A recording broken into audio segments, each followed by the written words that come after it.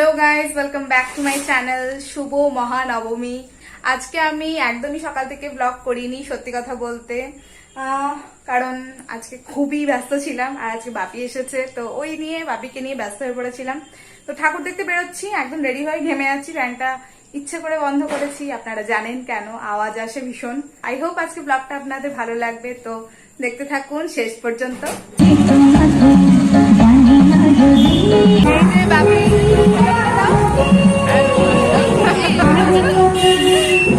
বিশাল hello বলেছে। মাঝে মাঝে মাস্ক পরছি, মাঝে মাঝে খুলছি। ঝুলনের সাথে ফার্স্ট দেখা হলো, এখন অব্দি কারোর সাথে দেখা হয়নি। হেভি লাগবে ঝুলনকে। ভিড়ের থেকে একটু সরে এসেছি তন্দুরি খেতে, তন্দুরি চিকেন খাবো। তো এখন রেডি হচ্ছে। মোমো খেতে গেছিলাম, প্রচন্ড ভিড় আজকে, সব জায়গায় খুব খুব ভিড়।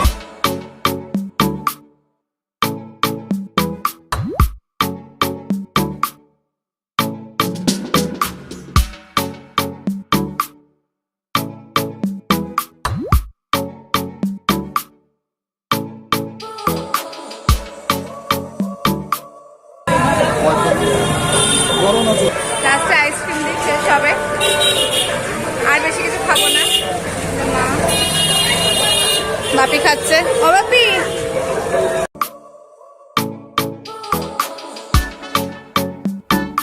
সন্দেশ নিতে এসেছি এখানে। কালকে বিজয়া দশমী, মায়ের মুখে সিঁদুর ছোঁয়াতে যাবে, যখন লাগবে তখন। Good morning everyone. কাল নবমীতে তো বেশি আমি ব্লগ করতে পারিনি, তাই আমি নবমী আর দশমীটাকে একসাথে মার্জ করে দেব। তো যা তা অবস্থা বিচ্ছিরি, বাড়িতে যেভাবে থাকি আর কি। দেরি করেই উঠেছি, কারণ ছুটির আর দুদিনই বাকি আছে, আজ আর আগামী দিন। তো ছুটিটাকে কাটাচ্ছি, এই জন্য খুব গায়ে দিয়ে মানে ব্লগটাও করা হচ্ছে না, বাড়িতেই আছি বলে। তো আমি তো বেরিয়ে পড়লাম মাকে সিঁদুর ছোঁয়ানোর জন্য। আমি ছোঁয়াবো না, মা ছোঁয়াবে। সবাই আসছে, আস্তে আস্তে মা সবাইকে ডাকছে। তো আমি বাইরে এসে দাঁড়ালাম, এখানে ভালো আলো আছে, ব্লগটা করতে পারবো বলে। মনে হলো যেন বৃষ্টি পড়ছে। যাই হোক, এখন যাচ্ছি। বই নিতে হয়, তাই বই নিয়েছি একটাই নিয়েছি বই। আজকে শেষ দিন, ভালো তো লাগছে না অবশ্যই, কিন্তু কি করা যাবে। তো এটাও একটা আনন্দ। তো যাই মায়ের সাথে। সেই লাগছে, সেই। দাঁড়াও একটু ফটো তুলে দিই। এই সময়টা খাওয়া দাওয়া হয়, তো খেতে ছাড়তে ধুতে দেরি হয়ে যায়, এই জন্য প্রত্যেকের দেরি হয়ে গেছে। আমরা আজকে তাড়াতাড়ি করেছি, আমরা ফার্স্ট, সবাই লাস্ট। দুটো বন্দুক, উরে বাবারে, দুখানা। কি হবে বন্দুক দিয়ে? রিসুম ও রিসকেও যে প্রসাদ দেবে না গুলি করে দিবি। মা যা, তোকে তো আগে প্রসাদ দেবে, তাহলে ও যাবে নাকি আমাদের সাথে? সত্যি করে বৃষ্টি শুরু হয়ে গেছে। মা যদি ঝমঝম করে বৃষ্টি পড়ে কি হবে? সিঁদুর ছোঁয়াবে সবাই, আমি ওখানে থাকবো, দেখবো, এনজয় করব। আর আমি বইগুলো ছোঁয়াবো, সবাই সিঁদুর ছোঁয়াবে, আমি বই ছোঁয়াবো।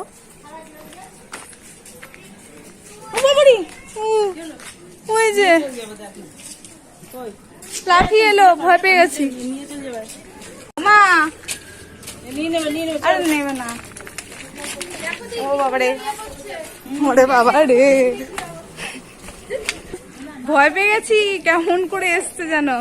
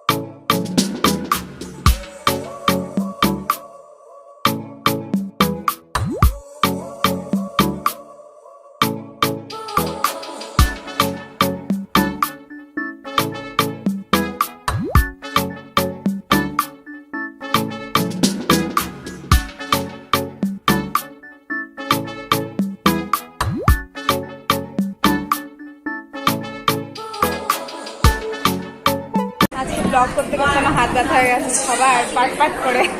হয়ে গেছে তোমাদের? এ তোমার তাড়াতাড়ি হয়ে গেল, ফাঁকিবাজি করেছো বোধহয় ওখানে। বাবারে ভাগ্যিস গানটা বন্ধ হলো, কানটা ঝালা ফালা হয়ে গেছিল পুরো। কি রে কি করছিস? মায়ের অপেক্ষা করছিস? হ্যাঁ, মায়ের কাছে যাবি? বেচারা তখন থেকে মায়ের কাছে যাবো বলে ঘুরঘুর করছে, যেতে পারছে না। অনেক কষ্টে থামিয়ে রেখেছি, তাই না রক্তিম? ওই তো মা, এই যে পেয়েছে। ঠাকুরের টিপ মুসলি তো, মহিষাসুর ধরবে তোকে, দাঁড়া। বাবা বাবা, মুছে ফেললি? দেখ এবার, ওই যে মহিষাসুর, দেখ তলোয়ার নিয়ে আসছে।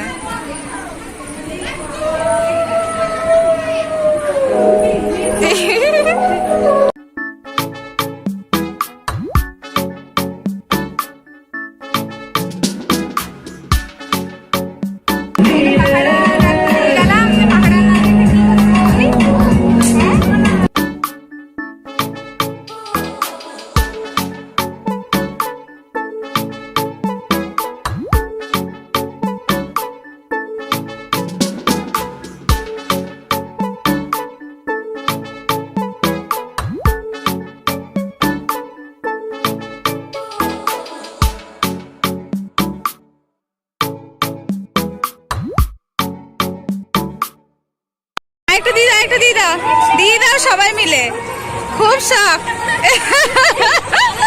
আমার মাটা না, এরা কি করছে? তাহলে রং আসলে, দোল আসলে, তাড়াতাড়ি আয়। সবাই লাগাচ্ছে আর এ মুছছে, খালি খালি মোছে। কি ছেলে এটা? কি হবে দিদা? এটা কি হবে? হ্যাঁ, কি হবে? সাজাল দেবা? এ দেখি দেখি তুই কতটুকু পড়েছিস। বাবা, অনেকটা পড়েছিস তো।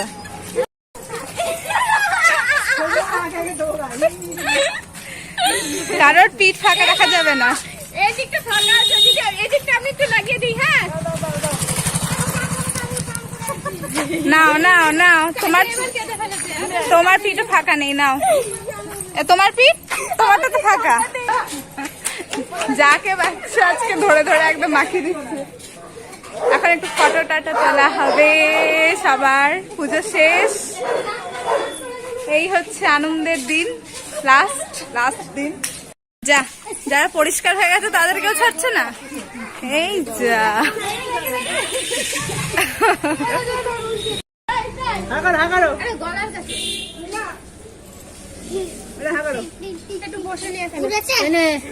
ও দিদা কি করছো? দিদা সাজাল দিতে হয়, আজকে দিতে হয়।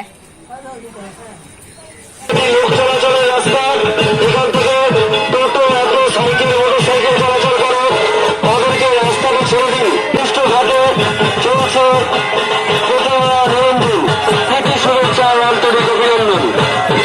প্রতিমা দর্শন করুন, বিসর্জন দর্শন করুন, রাস্তার মাঝখানটি ছেড়ে দিন। রাস্তার সহযোগিতার দরকার করবে না, শুধুমাত্র ক্লাব কমিটির হাতেই ছেড়ে দিন।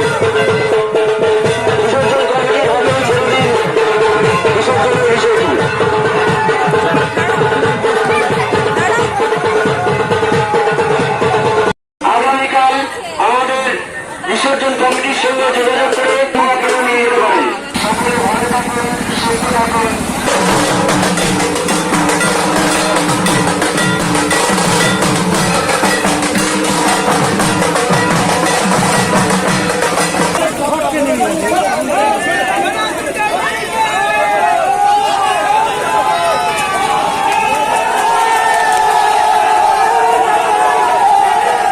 পুজো মণ্ডপ থেকে আসার পর আমি ব্লগটাকে এন্ড করে দিয়েছিলাম ওখানেই, বাট আমি এখানে আমাদের পাশেই এবার মানে সমস্ত প্রতিমা বিসর্জনের ব্যবস্থা হয়েছে, সেটা আমি খুব ভালো করেই জানতাম। বাট আমাদের ঘর থেকে মানে এই গলি না, ওই গলিটায় মানে খুব একটা টের পাওয়া যাচ্ছে না, এই জন্য বুঝতে পারিনি যে অনেকগুলো প্রতিমা আমাদের বাড়ির পাশেই বিসর্জন হয়ে যাচ্ছে।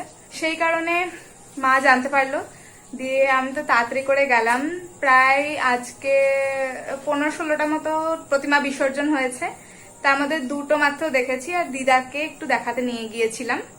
কারণ দিদা বয়স হয়েছে, বেরোতে পারে না, হাঁটাচলা করতে পারে না, খুব ডিফিকাল্টির সঙ্গে শুধু হাঁটতে পারে। তো সেখানে ঠাকুর দেখতে যাওয়ার তো কোনো প্রশ্নই ওঠে না, যাবে কি করে। তো তার জন্য আমি আর মা ধরে ধরে দিদাকে নিয়ে গিয়ে